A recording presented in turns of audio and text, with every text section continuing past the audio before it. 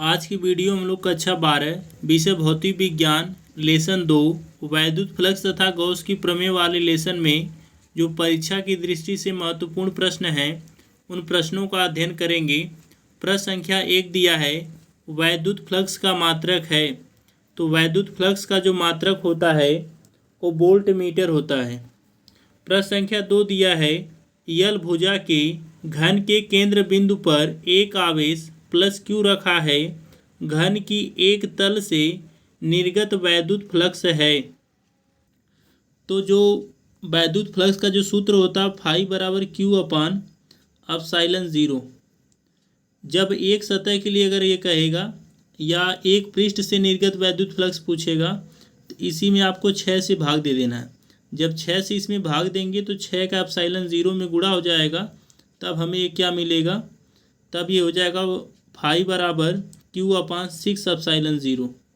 तो यानी मतलब इसमें कौन सा ऑप्शन सही है, बी वाला Q अपान 6 एप्सिलॉन 0।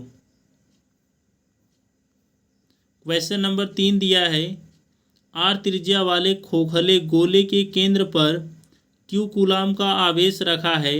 यदि गोले की त्रिज्या दोगुनी कर दी जाए तथा आवेश का मान आधा कर दें तब गोले के पृष्ठ पर कुल वैद्युत फ्लक्स होगा।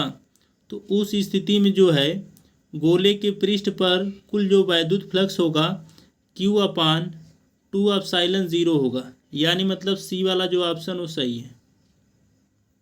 क्वेश्चन नंबर 4 दिया है, R1 व R2 त्रिज्याओं के दो चालक गोलों के पृष्ठों पर आवेशों के पृष्ठ घनत्व बराबर हैं। पृष्ठों पर वैद्युत क्षेत्र की तीव्रता का अनुपात है। तो पृष्ठों पे जो वैद्युत क्षेत्र की तीव्रता का अनुपात हो जाएगा वो डी वाला ऑप्शन इसमें सही है, 1:1। क्वेश्चन नंबर 6 दिया है, आवेश का एक खोखला गोला वैद्युत क्षेत्र उत्पन्न नहीं करता है। यानी मतलब कोई यदि आवेशित खोखला गोला है तो कहाँ पे वैद्युत क्षेत्र उत्पन्न नहीं कर सकता है। प्रश्न का मतलब यही है।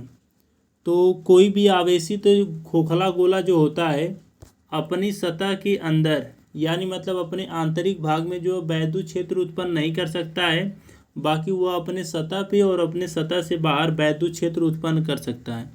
तो इसमें हमारा जो पहला वाला ऑप्शन ए है, किसी आंतरिक बिंदु पर, हाँ वह किसी अपने अंदर किसी आंतरिक बिंदु पर जो है वैद्युत क्षेत्र उत्पन्न नहीं कर सकता, इसलिए हमारा पहला वाला ऑप्शन क्या है, ए वाला सही है। बाकी वो जो बी वाले में जो है किसी बाहरी बिंदु पर हाँ कर सकता है, 2 मीटर की दूरी 2 मीटर से अधिक दूरी पर भी वैद्युत क्षेत्र उत्पन्न कर सकता है, 5 मीटर से अधिक दूरी पर भी वो वैद्युत क्षेत्र क्या कर सकता है, उत्पन्न कर सकता है। लेकिन हमारे प्रश्न में पूछा क्या गया है कि आवेश का एक खोखला गोला वैद्युत क्षेत्र उत्पन्न नहीं कर सकता है। तो अपने आंतरिक बिंदु पे क्या कर सकता है, वैद्युत क्षेत्र उत्पन्न नहीं कर सकता, इसलिए हमारा ए वाला ऑप्शन क्या है, सही है। क्वेश्चन नंबर 7 दिया है, एक वैद्युत रोधी स्टैंड पर रखी। वैद्युत रोधी का मतलब क्या होता है, जिसमें धारा का प्रवाह नहीं होता है, उन वस्तुओं को वैद्युत रोधी बोलते हैं। वैद्युत रोधी स्टैंड पर रखी 10 सेमी त्रिज्या के चालक खोखले गोले। 10 सेमी त्रिज्या का कोई चालक का खोखला गोला है। खोखले गोले की सतह पर वैद्युत क्षेत्र की तीव्रता, उसकी सतह पे जो वैद्युत क्षेत्र की तीव्रता वो कितना है, 10 न्यूटन प्रति कूलाम है। गोले के केंद्र पर वैद्युत क्षेत्र की तीव्रता है। अभी अगले क्वेश्चन में हमने बताया था कि कोई यदि खोखला गोला है तो उस खोखले गोले के आंतरिक भाग में जो वैद्युत क्षेत्र की तीव्रता का मान होता है वो हमेशा शून्य होता है। तो इसमें पूछ रहा गोले के केंद्र पर वैद्युत क्षेत्र की तीव्रता है, तो क्या होगी, गोले के केंद्र पर वैद्युत क्षेत्र की तीव्रता शून्य हो जाएगी।